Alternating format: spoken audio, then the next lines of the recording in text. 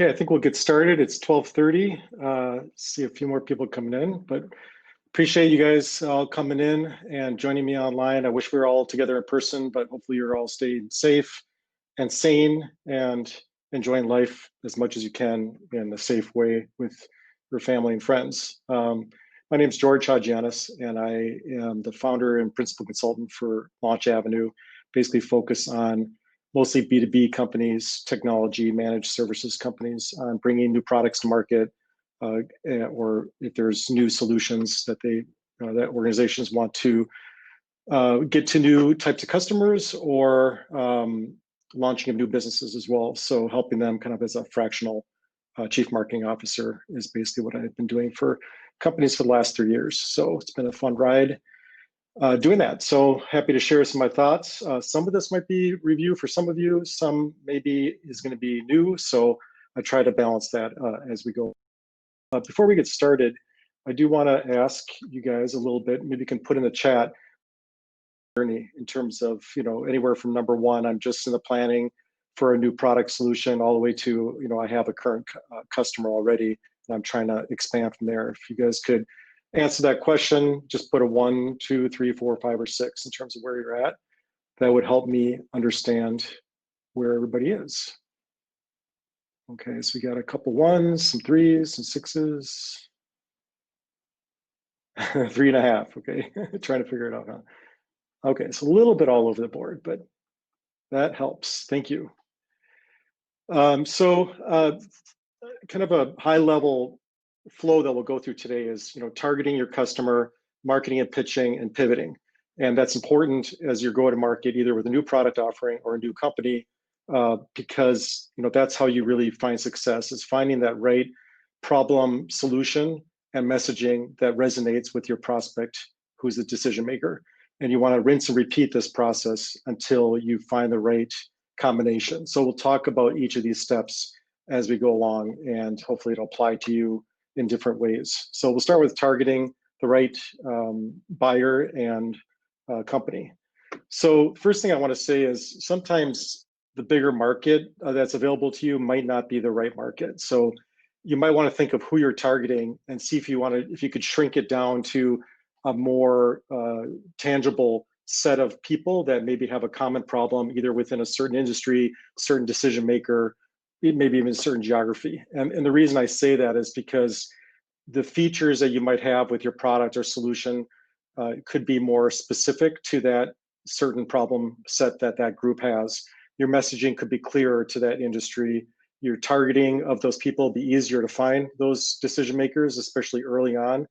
And you've heard the term birds of a feather. You'll if you get one dentist using your product, or one real restaurant chain, then they always ask you, have you done it for another organization like mine? So just want to have that in the back of your mind as you're thinking through who you're targeting.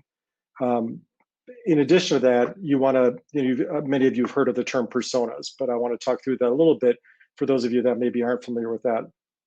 And that buyer persona is basically who you're targeting and who are they, what are their habits, their demographics, their decision-making ability, their roles, their age, maybe what their interests are, so you can really figure out how you can target them to the best of your ability. So it's important to think through, who are you targeting and who is that decision maker and who are the influencers and what are their personas, so that you can determine your brand promise, your positioning, your pitch, your pricing, and a number of other things.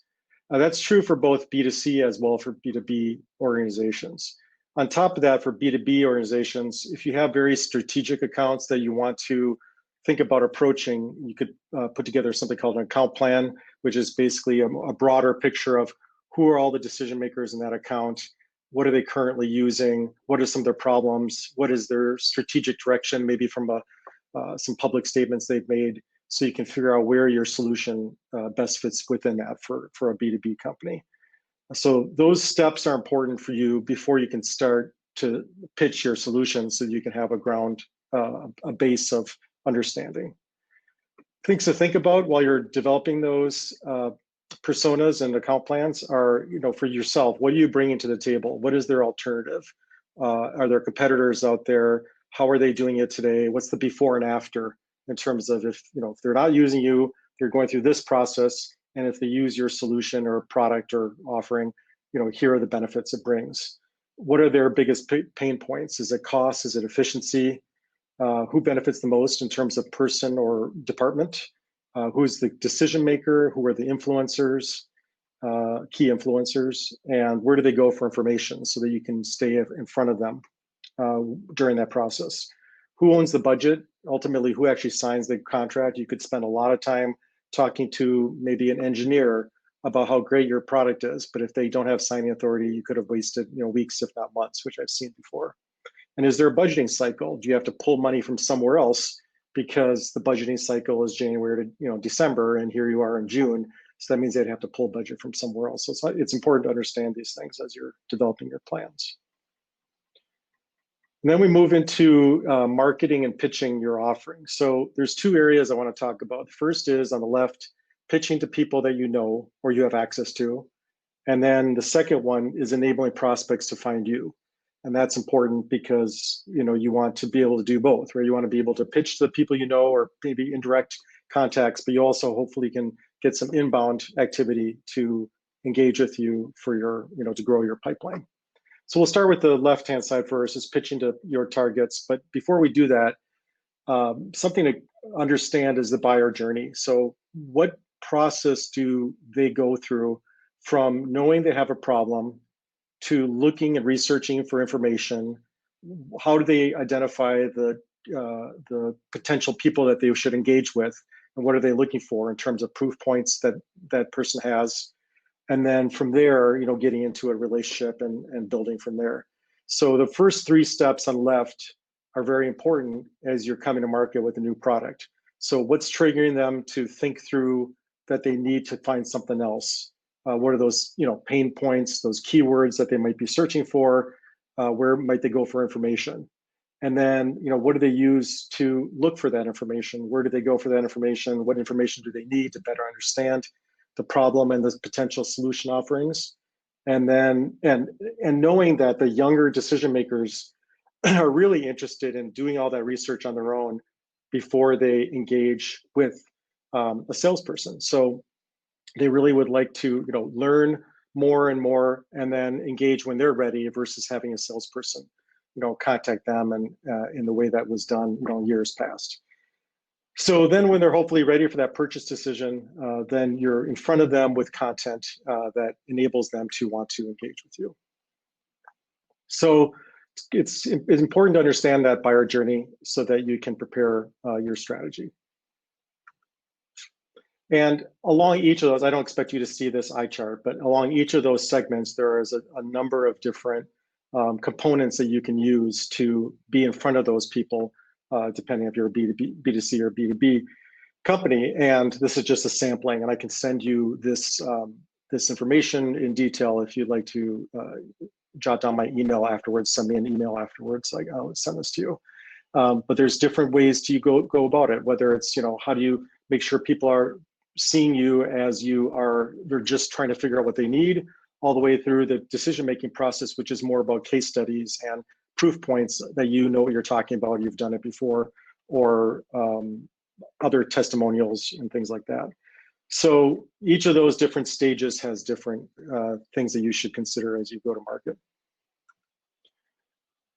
So now pivoting over to that second area, which is, I'm sorry, the first area, which is pitching to targets that you have access to, which could be people or people that are indirectly connected to you. So, obviously direct contacts, I'm not saying anything too surprising here, family, church, neighbors, college alumni groups, potentially LinkedIn groups that are focused around a certain area. There are LinkedIn groups of all kinds of reasons, and you can start to engage with people in those groups or look for certain titles. There's a tool within LinkedIn called Sales Navigator, which is excellent to be able to research different people and different groups into more detail and track that. It is a paid component of LinkedIn. One thing that I found LinkedIn to be excellent for is people that either you know or people that you can connect to, or they're very specific people within specific titles, that have a very, very specific problem. The more you get away from that, I find LinkedIn to be not as useful. I see less response rates on LinkedIn campaigns, the more kind of generic you get. So something to consider. We'll talk a little bit about other ways you can connect with those people. Another area is lists. Some people love doing this, some people don't, but you can purchase lists through a number of different groups. I've used discover.org, which is a little bit more expensive, but an excellent service. Exact Data, you can buy anywhere from 1,000 targets, and it's great for one-to-one targeting. It's not, you don't want to put it into a general mail list because they would consider that spam, but you can reach out to these people one-on-one. You can buy the list by title. You could buy them by geography, by size company, by even technology that they use. So if you're like a Snap-on to a certain e-commerce solution or a certain ERP solution, you can find who's got those offerings and then connect with those people that have those platforms. It starts at about $1 per record for a B2B list, and it's less for B2C. And the ratios are about 80% plus, effectivity, meaning correct emails, titles, and things like that. If there's an agreement that you make with them that if it gets below that, they'll subsidize you with additional names. But those are good ways to get in front of some people that you don't know, that you can start to engage, and maybe it's just a friendly conversation to get their feedback about your offering to see if you are hitting the right problem statement and solution. Some free or cost-effective tools that you should use to pitch are a couple that I'll share with you here. First is something called Streak, which there's a free version of that. I use that where you connect it to your Gmail and allows you to really understand who's opening and clicking through your emails that you're sending. So if you want to call people, maybe you want to only call the people that have opened your emails that you've sent out. That's a good tool. It's free, and they have a paid version as well, and they keep adding new features. I think keep an eye on that product.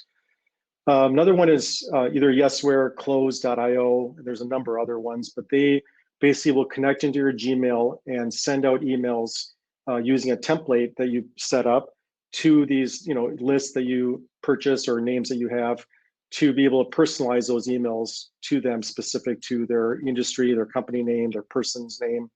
And then you can track them in terms of open rates and click-throughs and things like that. So those are great tools. I think Yesware has been probably the most successful that I've used within my client base. And they get through, if you follow their guidelines, you'll get through and not get into spam. Things like, personalize the email, keep it relatively short. Don't, stay away from certain terms. There are certain terms that suggest to stay away from because it sounds very salesy, and they can tell it's a spam email. And then last area is, for tracking leads and deals. There's the free version of Google Sheets, which a lot of you have access to. Create a spreadsheet, put the email, the contact information, when you contacted them, what the next step is, and just keep track of that and set aside time to do that, because some of you are founders and you're doing everything. You're doing the engineering, you're doing the finance, and you need to set aside time to be able to pitch to people. So use Google Sheets, or you can also use the free version of HubSpot and then upgrade to their paid version. HubSpot is a great tool. It allows you to do anywhere from these one-to-one emails all the way to email blasts, and also track all your prospects and activity. So I find HubSpot to be an excellent solution, and I'm happy to talk about these tools with any of you. So is anybody, I don't know if you guys want to put in your chat, anybody use any other tools that you find interesting or has been helpful for you? Love to hear about that, and we can share with other people as well. Anybody has any other ones to add, you can put it in the chat and we can talk about those. Otherwise, I'll keep going. Okay, so another area is prospects to engage with you. So you want people, looks like there's somebody trying I've never heard that one. I'll have to check that one out. LW. Oh, Airtable. Okay. Yep, I've heard of that one. We'll check that one out too. So enabling prospects to engage with you, it's all about content. And I'm sure you guys have heard about this, but it's really true. The more you can have appropriate content around the problem that you're solving, targeted to your decision makers on a nurtured, consistent basis that you get in front of you, either in front of them, either through blogs, webinars, papers, social posts.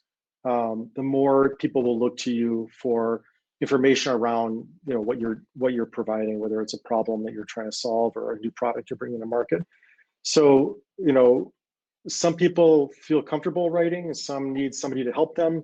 You can do it in a cost-effective way by getting a junior writer to help you do some testimonials, talk to a customer that maybe you've already served, or even a company that maybe has that problem to kind of verify that that's the problem. Or writing short papers, maybe a designer to help with you with an infographic that shows that this percentage of people have this issue, and here are the types of ways that people are solving this problem. Infographics have been very effective as well. So it's very important. You can also do A/B testing, try different versions of your blog posts or your social posts to see what gets better reaction. Or if you're emailing them out, maybe try a different subject line on your emails. I found them to be widely different in terms of open rates and things just based on changing the messaging. I'm not going to spend a lot of time on search, although it's very, very important. It just, we only have a half hour in this session, and that could be a whole, hour session on its own. But SEO, SEM, connecting it to the content marketing is the main point I was going to make, is having your content marketing connect directly to your search engine optimization, the keywords you use, any Google ads or other ads you promote, LinkedIn ads. Make sure that those are all connected, because that content really is the base of your strategy. Landing pages, you can create landing pages for industries or specific decision makers pretty easily, and you can adjust that and change that as you go. But when people see that you're speaking to a specific problem for a specific industry, maybe you have a testimonial from someone, it makes them feel more comfortable that you come from a place that you can help them solve their problem. So creating a very specific, few landing pages that may be hidden from your website, or maybe there is navigation, but sending those to the people that make sense. And then for events, obviously they're all online, as we know here, but events, as we come back to in person, hopefully next year, or even online ones now, if they're really focused at whatever your product is, your problem you're trying to solve, those are I think very good. If the more they get kind of generic or really, really broad national ones that are kind of just technology in general, I would stay away from those. Those are expensive. It's hard to find the decision makers at those big conferences, and just not a good use of funds for early stage companies. So careful on looking at the events, but I have found them to be very, very successful for ones that are very targeted, getting out there and getting your message heard, especially if you can speak at the conference. Okay, so now you've found your target, you have started to pitch to some people, and now the important part is really understanding, going through a discovery process with those people you get conversations. So every conversation you have, you're going to learn something. You're going to learn about their problem. You're going to learn about what options they have. You're going to learn about the budgets they have, the pricing reaction that they see in terms of the pricing that you provide them. So each customer use each customer discussion as a discovery to really validate what you're doing, how you're messaging it, how you're coming to market. And as you do that, and you continue to pivot, you'll refine your message to that target you're going after, and you'll know when you feel comfortable that there is something resonating with people because they're starting to move forward with you in deeper discussions. So from there, you can begin to build your pipeline. You can and then move into hopefully closing some business. So that's the process you should go through.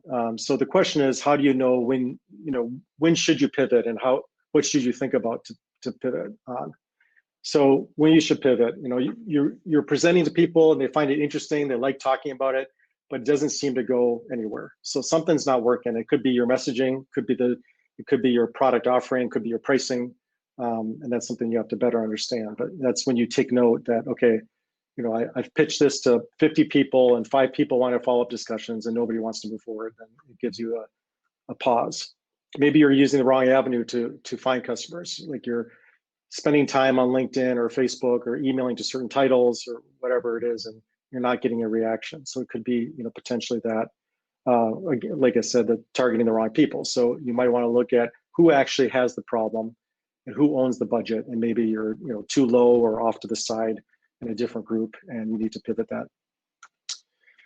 And then maybe you just don't have enough distinct competitive differentiation. So you sound too much like your competitors. They don't know exactly why would they look at you versus somebody who's more established in the market or that they already use. So that might be another reason that you need to think about pivoting. So some aspects to consider in terms of your pivoting are, is my problem statement not clear? Is it too broad? Is it too specific? Is it too techie? Is it not techie enough? So you got to think through, like, how does that problem statement resonate with the people that are the decision makers, and going to somebody who is one of those decision makers and asking them that question. People love to give feedback to early stage companies. I have found just asking them, and you get a yes more than a no. Maybe it's your solution description. Maybe you're starting with features versus benefits. So it's hard for the reader to really understand, well, why do I want to use that? Not how does it work? So look at your solution description and make sure it's benefit focused, tying back to your features. Same with the messaging. Maybe it's your pricing strategy. Maybe it's too high or too complex or too many options, or people don't believe it has the value, because it's too low. You just never know. So pricing could be needing some attention. And maybe it's your sales strategy. Maybe you have, maybe you need to engage a channel, or maybe you need to have a different person, helping you with sales. So that could be a potential also. So as you're thinking about pivoting those topics, you don't want to change everything all at one time and then not realize if it gets better or worse, like what impacted it. So keep it to one or two of those to adjust as you move forward, so that you can see what's working and what's not working. So that's important. Unless you need a wholesale change, that's a different story. And then tracking like open rates, click rates, responses, pipeline, people wanting another meeting, those type of things will help you understand if you're starting to get more engagement with your prospects going forward. So little fun, little exercise here. You've all heard about these companies, and you probably know at least 3 or 4 of them, what they do, maybe all of them, because they're well-known brands. But I think it's interesting to see where they started, because it gives you kind of a perspective, like, maybe where you're starting might not be where you end up. So company like Yelp, Yelp, you get online, you see, reviews of different restaurants and services and things like that. And I use it every day. I love it. But where they started was an email-based referral network. So it was more on a friend-to-friend basis, referring people to a specific, service of some sort. And they found that kind of the anonymous sharing of information was actually a better way to go, because they saw more uptick in that as they were going forward. So I thought that was an interesting story. I've got an article that goes through all 5 of these if you're interested in me sending that to you. Groupon, it started off as a social action bargaining platform, because they were trying to get out of, I think it was a cell phone contract or something like that. And they were trying to get other people to kind of weigh in on how to best do that and kind of create change for certain social action. And then they saw that, there was power in that group, and there was also power in buying. And so then they pivoted to where they are, where they've been over the last couple of years. How about YouTube? Anybody know where YouTube started? Anybody want to take a guess on that on the chat? That was a good one, Chris. Cat videos. Close. It was a video-based dating service. Very, very early days, and they just played around with that idea, but they realized the ability to share videos was a broader, there was broader benefit than that. So that was very interesting. How about Shopify? Shopify is the e-commerce platform. Maybe some of you are even using it. Anybody know where they started? I heard Who Built This with Guy, whatever his last name, that podcast. You should listen to that podcast, the Shopify podcast. Very interesting. So he started off as a snowboard equipment store. And as he was building that, the commerce component of his offering was intriguing to other retailers. So he spun that off as a division. I'm not sure exactly what he did with the snowboarding equipment, but that's where he started off. And how about Slack? Anybody know anything about Slack's story? Slack started off as a socialization and exploration video game. And the more they got into that video game, and it was they realized that the commercial opportunity of that engagement between people outweighed the game itself. So they pivoted as well. So, if something's not working, the key thing is to, focus on your strengths. What do you bring to your clients? How are you unique? Cut your losses if you're, going down a road and you're seeing you're not getting a return, and try to pivot in the ways that we talked about earlier. And follow the money. Where are the budgets? Where are people spending the money to be able to solve the problems they have, or buy products that they want? So with that, I will open it up to some questions and see. And my contact information is there if anybody wants to shoot me a note or give me a call or text. If anybody has any questions, I'll look in the chat, or I can let you in on the panel as well. Looks like Beth. I don't know exactly how to do this. Oh, there you go. Beth, are you on? Oops. Okay. Anybody have any questions that they'd like to submit through chat, or I'll add you to the panel and you can ask a question verbally. Okay. Is it Shia? Did I pronounce it right?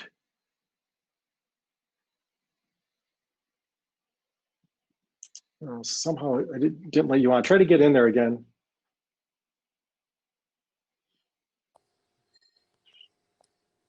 Oh, there you go. Can you see me or hear me? Or I don't know what's. I can do both. Was it Shia? Was I pronouncing it right? It's Seisha. And I'm sorry about the lighting and all the other stuff. So I don't know what you can see. That's okay. Go ahead with your question. Yeah. So I just wanted to ask about the MVP. So I've heard a lot about different MVPs and the minimum viable products and how important that is, yet how it doesn't have to be all that solid since it's a newly it's new. But in my case, the user experience of what I'm working on is so important. It almost feels like the MVP has to be really solid. So how do you, what's your thoughts about that, and how do you navigate that when you want to grow? Yeah, that's an interesting problem. I think it definitely depends. If you're solving a problem that has, it's all about the value. If they're seeing the value in the way that you're solving the problem without having it beautiful and complete enough where they'll want to spend time and potentially money, then you have that MVP. If your solution, that experience and visual component is a major part of that value, or is it more important to you? So that's something you need to, some people, it's so important to them that they don't realize that their customers and prospects are not seeing the value as much as you are. So I think it kind of depends on the value you're bringing to that person and the problem that you're solving or the solution that you're bringing. But it's a good question, because people always, they don't know where to cut that MVP off and where to just say, okay, this is good enough for us to go to market. So I think, it has to solve some core part of the problem. It has to be of some level of quality that it doesn't, break and get people frustrated. Right. And people have to see that there's a path beyond where they are to be able to grow with you. And also, it's just as important that they see that you are an engaged professional that really wants to solve their problem, and that you're going to listen to them. Mm-hmm. Because a lot of people don't know how to have that empathy and that ability to engage with their customers in a way that shows that you're here for them to solve the problem, not just to build your business. Mm-hmm. Awesome. Thank you so much. So hopefully I answer your question. No, that was helpful. Thank you. Yeah. Good luck with your road. Thank you. Yeah, it's all new. And you mentioned earlier just about how sometimes people are the founders, are the engineers, are the marketers, are our marketing team, all of that. And so that's where I'm finding myself. So I'm trying to figure out, how do I, where do I make that time for pitches? How do I make sure that I mentioned Airtable? How do I get more experience with that? Because I need to learn to use it so that I can help with, some of the back end stuff. So. Okay. Yeah, I'm going to check Airtable off. I've heard Airtable a couple times from people, so I'll check that out. Yeah. And would you mind is it George at launchavenue.com? Something is covering it on my screen. Okay. Oh, is it? Okay. Yeah. George at launchavenue.com. Perfect. That's correct. Awesome. Thank you. Yeah. All right. Thank you. There's a question from Meredith about tips that your emails don't go to spam. There's a Yesware paper that I can send you, but in general, I remember some of the things being, don't have attachments. So don't put, PDF attachments. Put a link if you can. Don't use like different color fonts. Don't use a lot of exclamation points. There's a range of terms like buy now, save money, that kind of thing that gets, caught by spams. What else was there? It was personalized. The more you personalize, the more it'll get through. Gosh, there's probably about 30 more things. I can look up the Yesware paper and send that to you if you send me an email. I will respond to you with that. Any other questions? We're at the top of the hour, but I'm happy to stay on for a little bit more if anybody has any questions.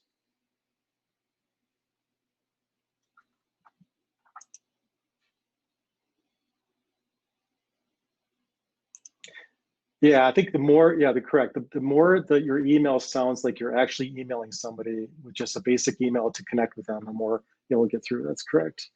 Looks like Jason has a question. I'll let you in. Hopefully this works.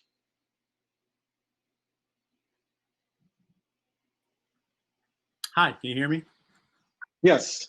Hello, Jason. Hi. So I have a question. So I've been spending a lot of time, I would say I'm in the idea phase. I'm doing like market research and everything. But do you think it's more, and I have the idea, like the concept for, like I've done mock-ups of my, what I want to be my initial MVP, hopefully. But do you think it's best to, because my research, on forums and whatnot, I see people generally rush to create an MVP first and whatnot.